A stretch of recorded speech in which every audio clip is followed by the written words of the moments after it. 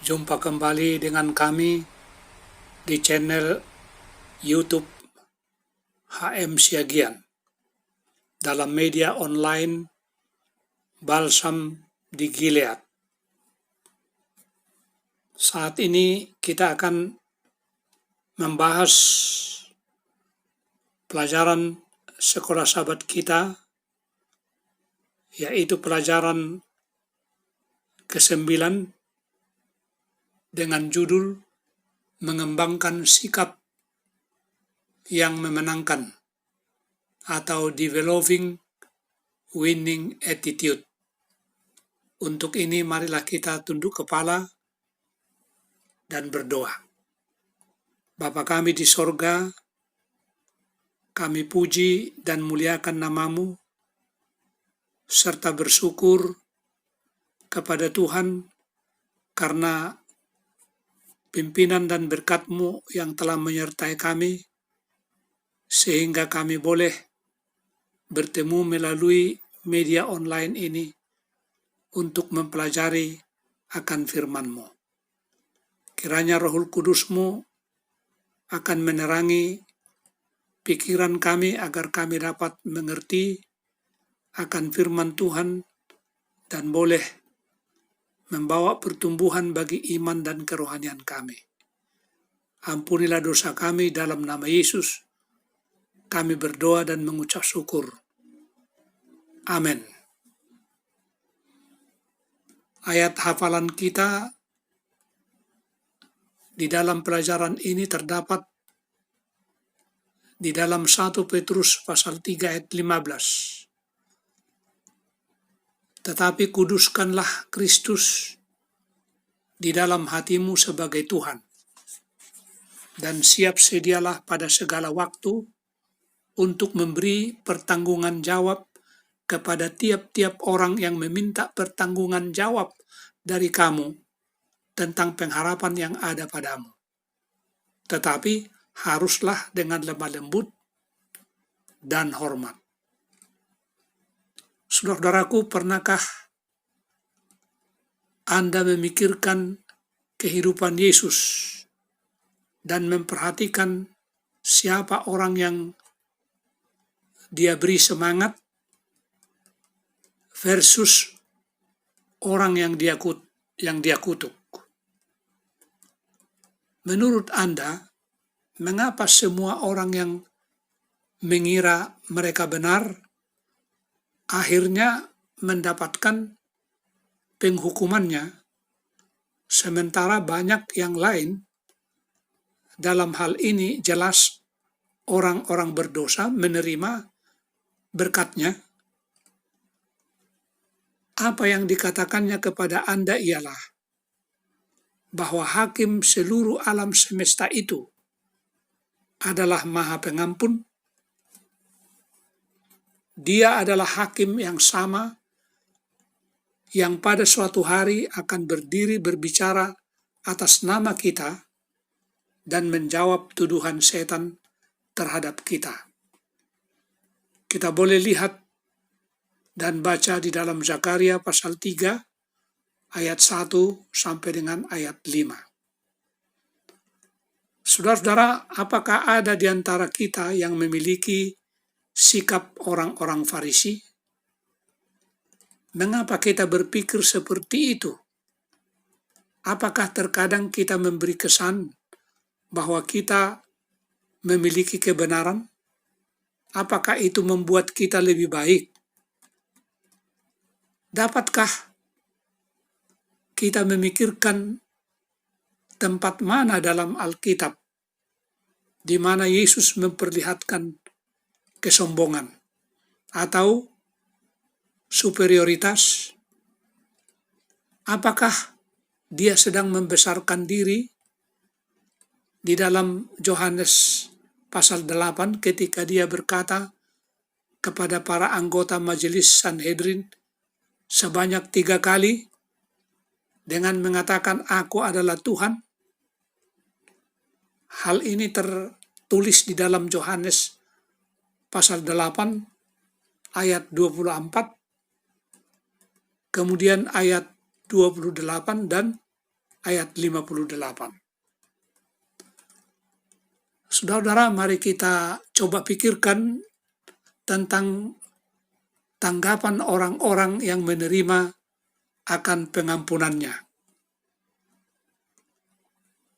Mantan pelacur yang dirasuki oleh setan, yaitu Maria Magdalena, yang akhirnya menjadi salah seorang pengikutnya yang paling setia.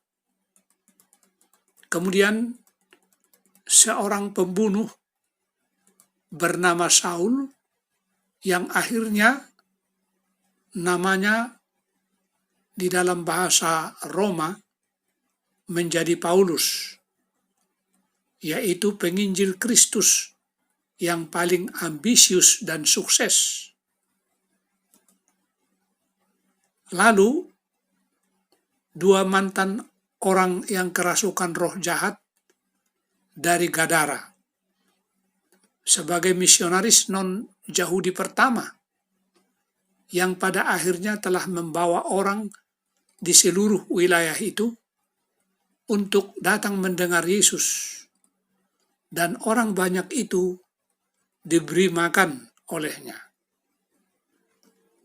Saudara-saudaraku, jika Allah sendiri dalam wujud manusia tidak menunjukkan kesombongannya atau keunggulannya,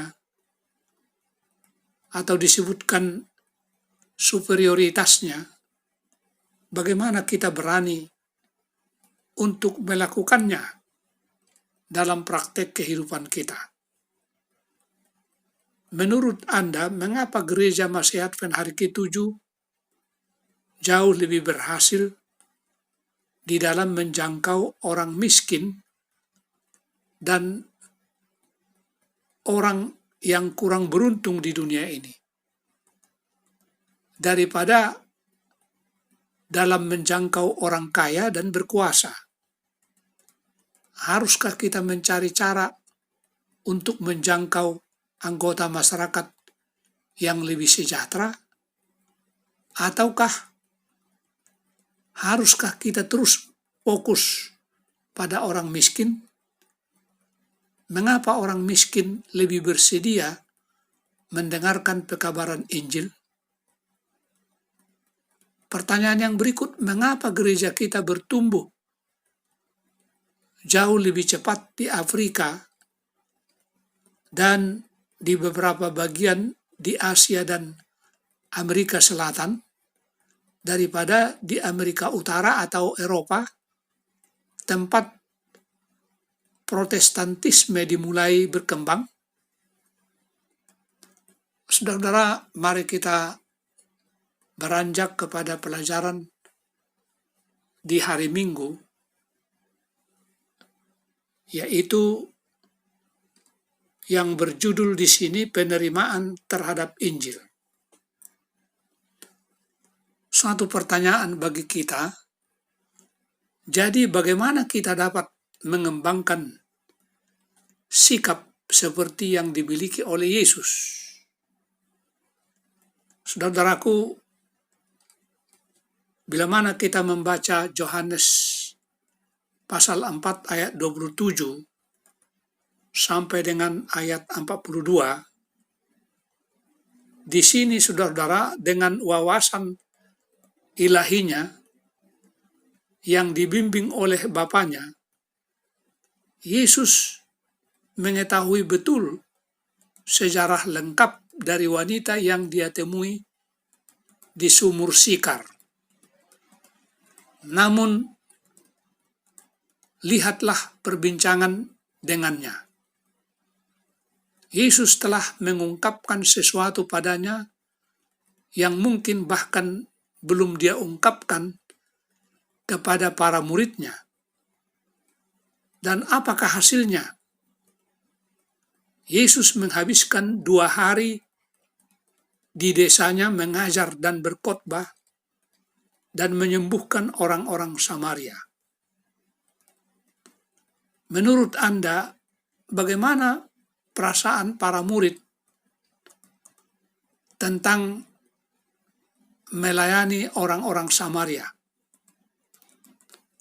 Saudara-saudaraku, permusuhan antara orang Yahudi dan orang Samaria sudah terkenal, dan itu telah terjadi sebelumnya dari sejak tahun 700 sebelum Masehi. Namun Yesus tidak menaruh perhatian akan permusuhan tradisional itu. Jelas diketahui bahwa ketika melakukan perjalanan dari Yerusalem ke Galilea, orang Yahudi biasanya turun ke lembah Yordan, kemudian menyeberangi sungai dekat Jericho, melakukan perjalanan di sisi timur sungai Yordan melalui wilayah non-Yahudi di Perea, dan kemudian menyeberangi sungai Yordan sekali lagi saat mereka itu pergi ke Galilea. Kenapa semuanya ini dilakukan? Semuanya ini dilakukan hanya untuk menghindari lewat melalui Samaria. Jadi, mengapa Yohanes pasal 4 ayat 4 mengatakan bahwa dia dalam hal ini, Yesus perlu pergi melalui Samaria? Apakah Roh Kudus tahu bahwa ada sekelompok orang yang siap mendengarkan ajaran dan khotbahnya? Apakah dia tahu hati mereka akan berpaling kepada Allah? Kemudian pertanyaan yang berikut, apakah kita dapat melihat kemungkinan atau possibilities pada orang yang orang lain tidak miliki? Mungkinkah itu terjadi pada salah seorang dari kita pada saat ini? Saudara-saudaraku, mari kita baca kutipan dari Ellen G. White dalam bukunya dalam The Desire of Ages, halaman 194,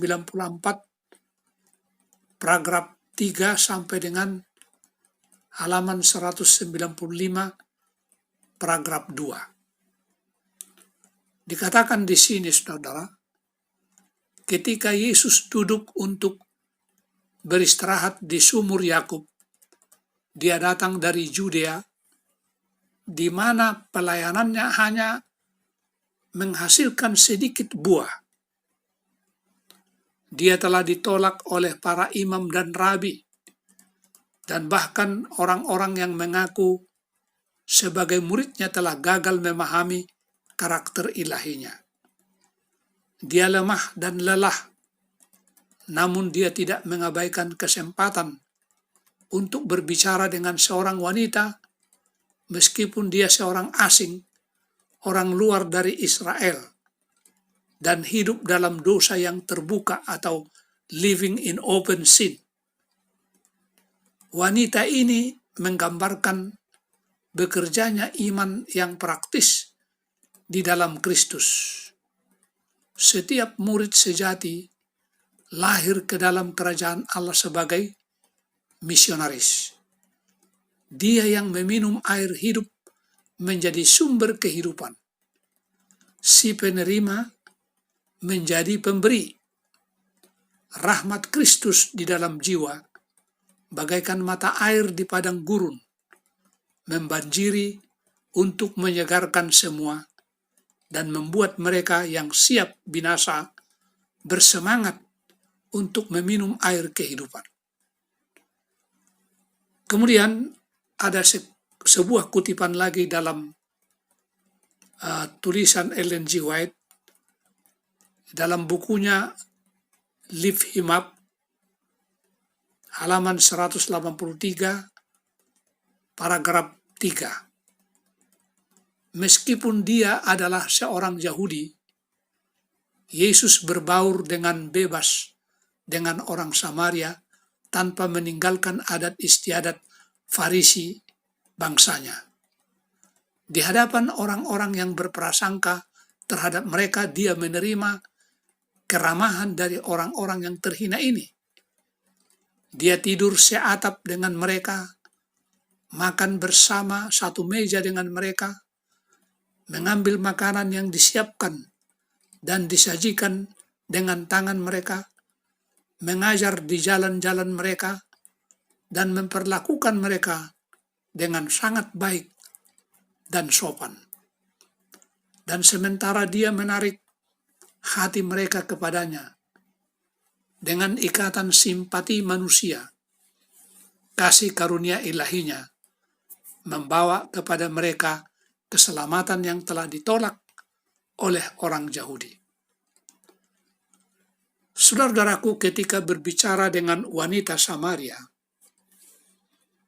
Yesus bisa dengan mudah jatuh ke dalam perangkap berdebat. Berdebat tentang praktek-praktek agama Yahudi versus praktek-praktek agama orang-orang Samaria. Tetapi saudara-saudaraku, dia tidak melakukannya. Dia tidak berdebat. Kita hendaknya tidak membiarkan diri kita sendiri. Terutama pada saat kita pertama kali berbicara tentang hal-hal rohani dengan seseorang untuk jatuh ke dalam perangkap berdebat dengan orang-orang tentang keyakinan mereka, kita bandingkan dengan keyakinan kita. Tugas kita adalah memperkenalkan Yesus Kristus kepada mereka. Itulah yang pertama yang harus kita lakukan, bukan untuk langsung berdebat. Para murid Yesus melihat dalam diri wanita itu hanya sebagai seorang wanita yang dibebani dengan dosa dan seorang Samaria yang darinya mereka perlu menjaga jarak aman. Tetapi saudara-saudara, Yesus mengenali dengan bantuan Roh Kudus adanya sikap penerimaan di dalam hati wanita Samaria itu.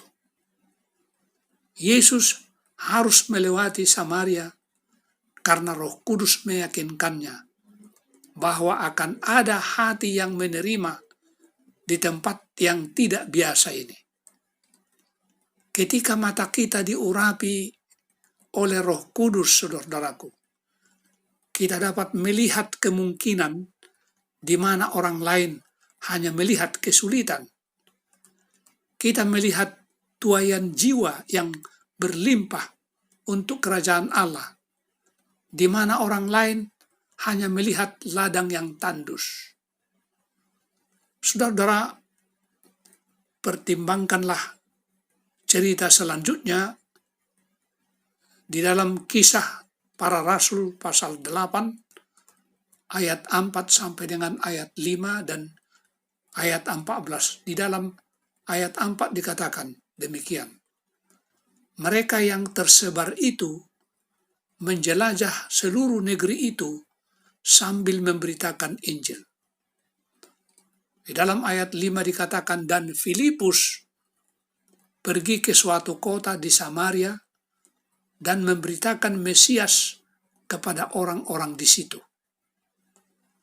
Mari kita baca ayat 14. Ketika rasul-rasul di Yerusalem mendengar bahwa tanah Samaria telah menerima firman Allah, mereka mengutus Petrus dan Yohanes ke situ. Saudara-saudaraku, apakah menurut Anda Filipus akan pergi ke Samaria jika Yesus tidak membuka pintu sebelumnya?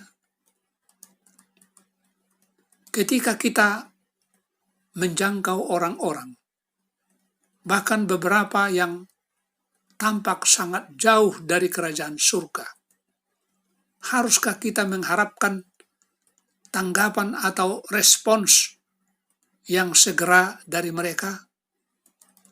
Saudara-saudaraku, seringkali setelah menabur benih, mungkin butuh waktu lama sebelum panen bisa menuai. Saudara-saudara, mari kita lanjutkan kepada bahagian yang kedua, yaitu penyesuaian sikap. Ini di hari Senin, penyesuaian sikap. Saudaraku, apakah orang secara alami tertarik kepada Anda? Apakah Anda pernah cenderung bersikap kasar, kritis, atau tidak ramah? Kemudian pertanyaan berikut, barangkali apakah kita pernah membuat orang menjauh, bahkan secara tidak sengaja dengan sikap-sikap kita? Sikap kita sering menentukan kemampuan kita untuk memengaruhi orang lain. Sikap yang keras, sikap yang kritis dan tidak bersahabat akan membuat orang menjauh dari saudara dan saya. Sebaliknya, sikap positif dan kepercayaan pada orang lain menarik mereka kepada kita. Hal itu menciptakan ikatan persahabatan. Yesus telah menyatakan azas ini dengan indah ketika dia berkata di dalam Yohanes pasal 15 ayat 15 demikian. Aku tidak menyebut kamu lagi hamba, sebab hamba tidak tahu apa yang diperbuat oleh tuannya.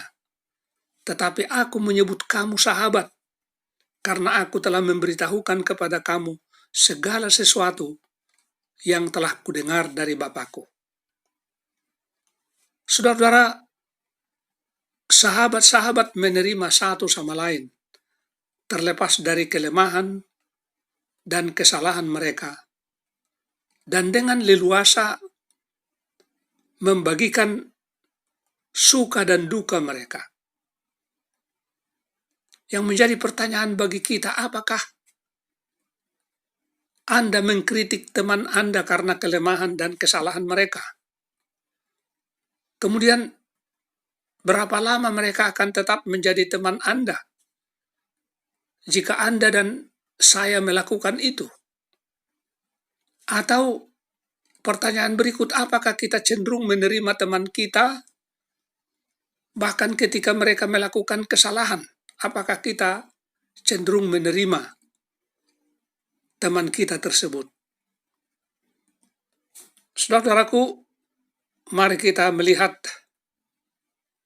kisah dari kehidupan Yesus.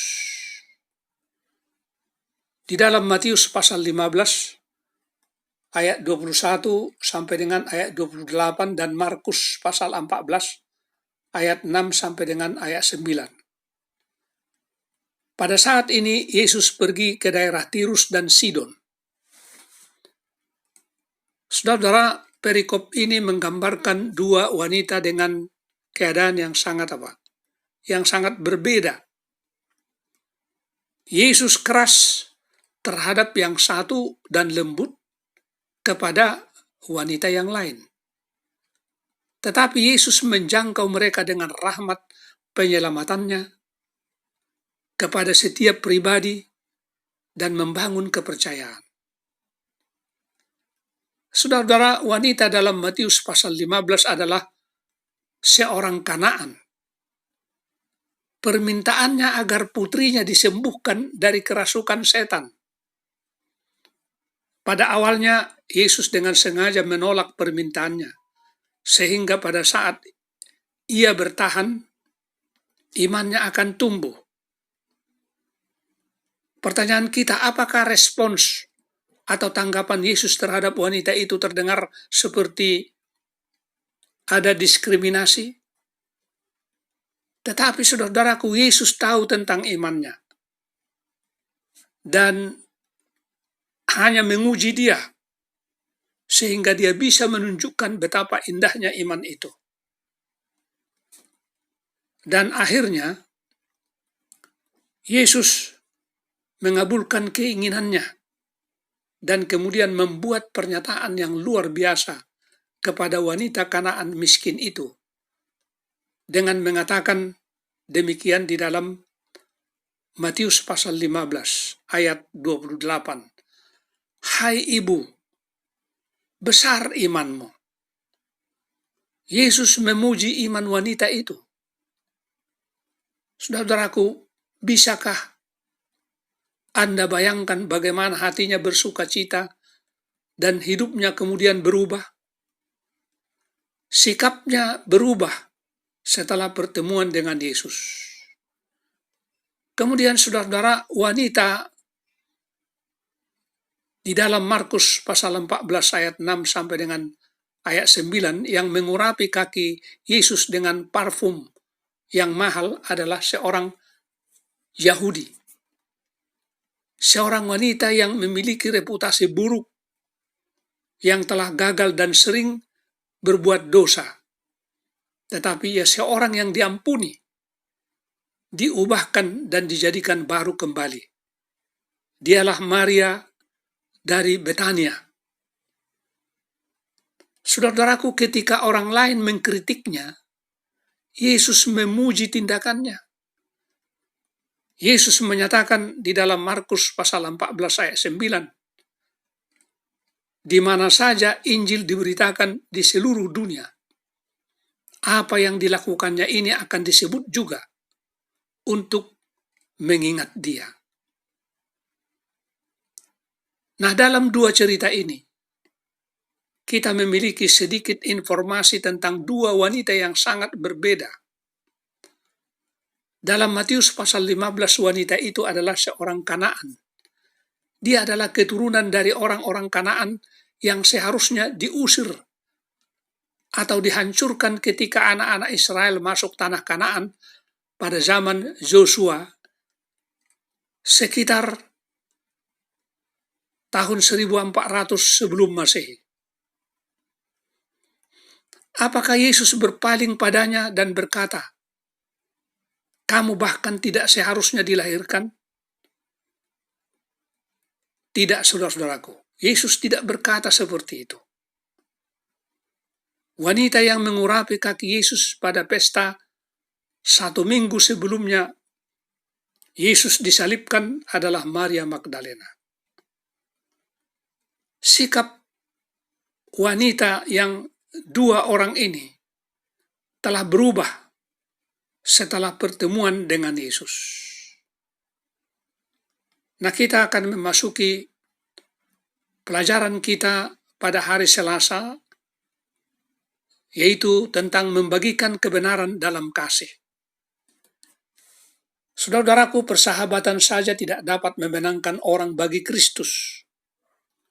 Persahabatan saja tidak akan membawa orang kepada Kristus, tetapi sikap tidak ramah dapat membuat orang menjauh dari Kristus.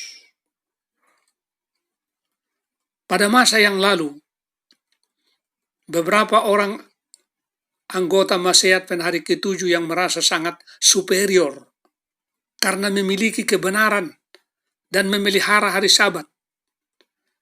Sehingga ketika mereka memiliki kesempatan untuk berbicara kepada orang-orang yang bukan Advent, mereka telah melancarkan kecaman terhadap orang-orang yang tidak sesuai dengan standar mereka. Saudaraku, betapa hal ini menyedihkan. Rasul Paulus mengingatkan kita untuk membicarakan kebenaran di dalam kasih. Sesuai dengan yang tertulis dalam Efesus pasal 4 ayat 15. Ikatan persahabatan dibangun ketika kita sependapat dengan orang sebanyak mungkin, menunjukkan penerimaan dan memuji mereka selayaknya. Betapa pentingnya kita membiasakan diri mencari yang baik pada orang, gantinya mencari yang buruk. Perhatikanlah saudara-saudara gambaran tentang cara Yesus dan kemudian cara Paulus, Silas, dan Timotius. Rasul Paulus mencari hal-hal yang positif, bukan hal-hal yang salah di gereja-gereja yang dia layani. Tentu saja ia menegur kesalahan dan tidak memaafkan dosa. Tetapi saudaraku, fokusnya adalah untuk membangun gereja-gereja yang dia dirikan. Dengan menyoroti apa yang mereka lakukan dengan benar, kita boleh baca di dalam Efesus pasal 4 ayat 15. Tetapi dengan teguh berpegang kepada kebenaran di dalam kasih, kita bertumbuh di dalam segala hal ke arah Dia, Kristus yang adalah kepala. Kita boleh baca juga dalam 2 Tesalonika pasal 1 ayat 1 sampai dengan ayat 4. Surat dari Paulus, Silas dan Timotius kepada jemaat Tesalonika. Satu pertanyaan lagi. Apakah kita seharusnya mengabaikan dosa orang? Perhatikan kata-kata luar biasa dari Ellen White ini, yang menyatakan pentingnya hubungan yang positif. Di dalam Testimonies for the Church, jilid 9 halaman 189 dikatakan, jika kita mau merendahkan diri di hadapan Allah dan menjadi baik hati dan sopan, serta lemah lembut dan mengasihani atau penuh belas kasihan, akan ada 100 pertobatan kepada kebenaran, di mana sekarang hanya ada 1. Dalam bahasa Inggrisnya disebutkan, if we would humble ourselves before God and be kind and courteous and tender-hearted and pitiful or full of pity, there would be 100 conversions to the truth, where now there is only one. Saudaraku, begitu indah statement tersebut untuk kita perhatikan, dan bukan hanya untuk kita perhatikan, tetapi untuk kita praktekkan dalam kehidupan kita sehari-hari. Mari kita maju kepada pelajaran kita yang bahagian yang keempat dalam pelajaran ini, tentang dasar penerimaan. Dasar dari semua penerimaan. Jadi saudaraku, apakah prinsip dasar yang di atasnya kita menerima orang berdosa? Apabila kita baca Roma pasal 15 ayat 7, dikatakan di sini, sebab itu terimalah satu akan yang lain. Sama seperti Kristus juga telah menerima kita untuk kemuliaan Allah. Kemudian dalam Efesus pasal 4 ayat 32 dikatakan, tetapi hendaklah kamu ramah seorang terhadap yang lain, penuh kasih mesra dan saling mengampuni, sebagaimana Allah di dalam Kristus telah mengampuni kamu. Inilah prinsip-prinsip yang melandasi penerimaan kita satu sama lain. Kita dapat saling menerima walaupun ada kekurangan satu sama lain. Penerimaan yang tulus berarti bahwa kita menerima orang lain apa adanya, dengan semua kebiasaan berdosa mereka. Kasihnya atau kasih Kristus kepada kita menjadi dasar penerimaan dan pengampunan kita terhadap orang lain. Inilah yang dituliskan di dalam firman Tuhan Roma pasal 5 ayat 6 sampai dengan ayat 10. Pada akhirnya kita tiba kepada bahagian yang berikut, yaitulah membagikan kebenaran dengan penuh kasih. Saudara, kelompok orang mana yang menegur dan mengkritik Yesus ketika dia hidup di bumi ini? Kelompok orang mana yang menerima dia secara terbuka? Pertanyaan selanjutnya, mengapa Yesus dicemooh oleh orang-orang Farisi dan Saduki yang saleh, tetapi pada saat yang sama disebutkan sebagai sahabat atau teman orang-orang berdosa? Saudaraku, kasih karunia-Nya menyelamatkan kita, sehingga kita dapat mengetahui kebenarannya dan menjalani ataupun menghidupkan kehidupannya. Kebenaran tanpa kasih mengarah pada legalisme yang melumpuhkan, yang mencekik kehidupan spiritual. Apa yang disebut kasih tanpa kebenaran mengarah pada sentimentalisme yang toleran, tanpa substansi, meninggalkan seseorang yang terombang-ambing di lautan ketidakpastian. Kebenaran yang disajikan dalam kasih mengarah pada pengalaman Kristen yang otentik, yang memberikan arahan, memberikan tujuan, dan kepastian yang jelas.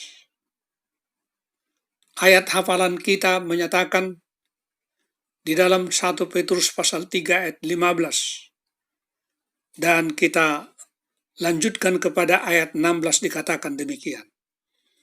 Tetapi kuduskanlah Kristus di dalam hatimu sebagai Tuhan, dan siap sedialah pada segala waktu untuk memberi pertanggungan jawab kepada tiap-tiap orang yang meminta pertanggungan jawab dari kamu tentang pengharapan yang ada padamu.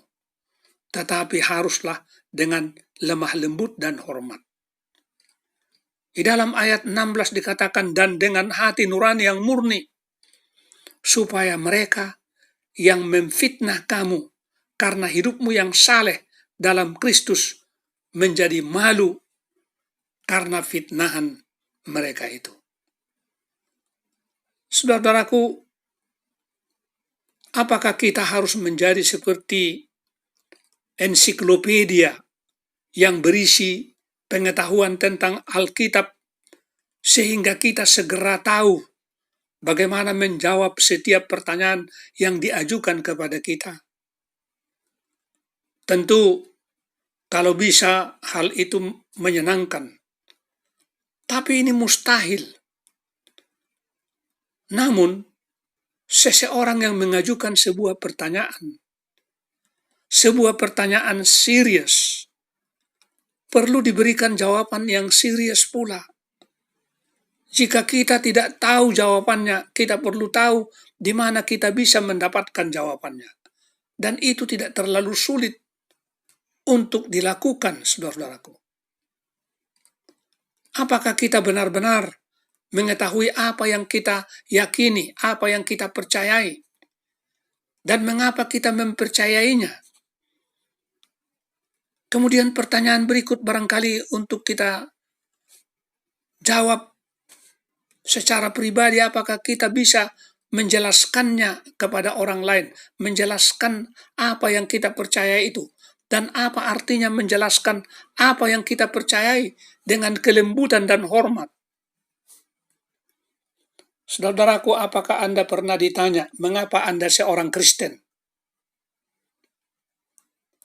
Bagaimana tanggapan atau respons Anda? Mengapa Anda memberikan tanggapan atau respons itu? Kita baca, saudaraku, sebuah kutipan dari seorang hamba Tuhan yang diilhami, yaitu Ellen G. White dalam Alpha dan Omega jilid 6, halaman 484 dikatakan demikian.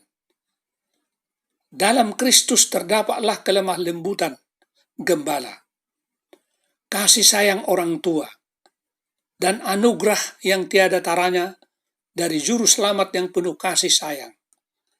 Berkat-berkatnya ditawarkannya dalam istilah-istilah yang paling menarik perhatian.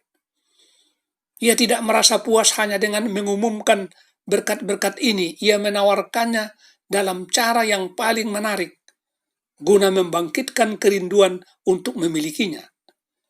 Demikianlah hendaknya hamba-hambanya harus menawarkan kekayaan kemuliaan dari pemberian yang tidak terperikan itu. Kasih Kristus yang ajaib akan mencairkan dan menaklukkan hati, sedangkan hanya sekadar mengulangi ajaran, tidak akan melaksanakan apa-apa. Hiburkanlah, hiburkanlah umatku, demikian firman Allahmu.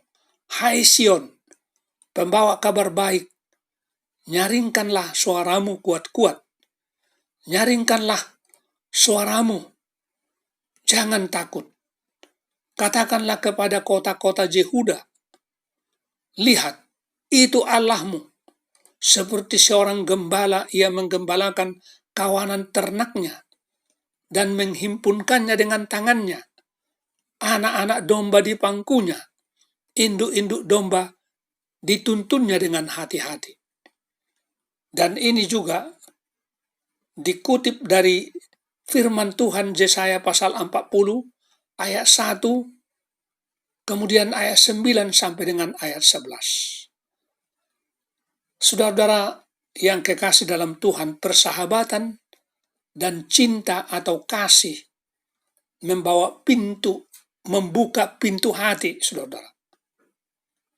Tetapi itu tidak membawa orang kepada Kristus jikalau kita tidak bersaksi memperkenalkan Dia kepada mereka, memperkenalkan Kristus kepada mereka. Bagaimana Anda dan gereja Anda menanggapi pemandangan berikut ini? Ada seorang teman baru, maksudnya seorang teman baru saja kembali dari pemakaman dan berkomentar, saya sangat senang bahwa bibi saya ada di surga sekarang. Ia sedang menatapku, dan itu membuat saya merasa sangat baik. Saudara-saudaraku, betapapun pentingnya doktrin tentang keadaan orang mati, tentu saat ini bukanlah waktunya yang terbaik untuk memberi orang itu pelajaran Alkitab tentang topik keadaan orang mati, yang mengatakan bahwa orang mati tidak tahu apa-apa. Kemudian, seorang rekan Anda yang beragama Katolik baru saja kehilangan seorang istri karena menderita kanker payudara yang berkelanjutan. Ia gelisah karena istrinya mungkin menderita dalam purgatori atau api penyucian yang dipercayai. Bagaimana Anda bisa menyajikan kebenaran tentang keadaan orang mati dengan cara yang menghibur di dalam kasih tanpa menyinggung perasaannya?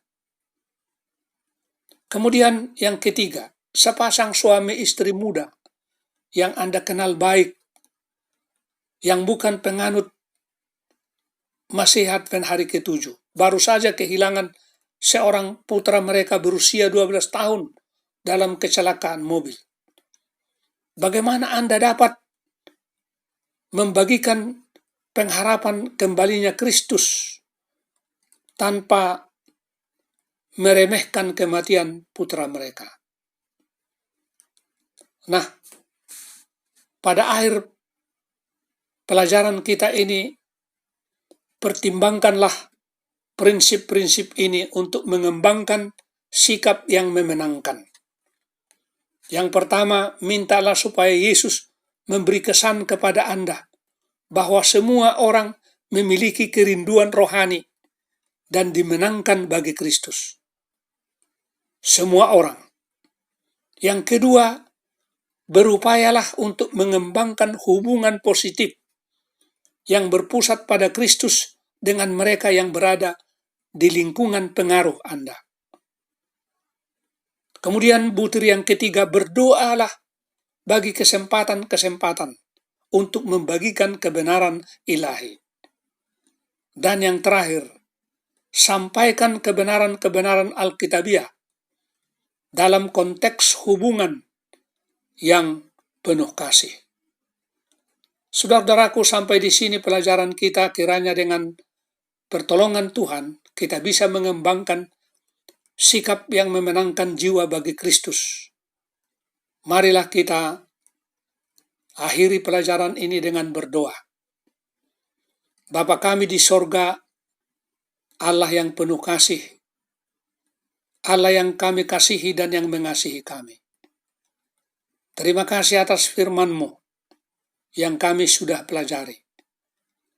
Tolonglah kami agar bisa mengembangkan hubungan positif yang berpusat pada Kristus terhadap orang-orang yang berada dalam lingkungan pengaruh kami. Ampunilah dosa kami berdoa dalam nama Yesus, Juru Selamat kami. Amin.